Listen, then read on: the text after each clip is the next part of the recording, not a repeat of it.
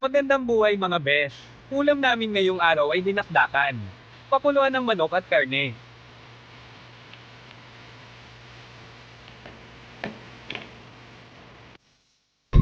Naghiwa ako ng maraming sibuyas mince, siling green at pula.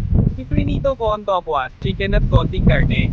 Yung sa sauce niya, mayonnaise, nilagyan ko ng konting suka at toyo na may paminta at konting patis.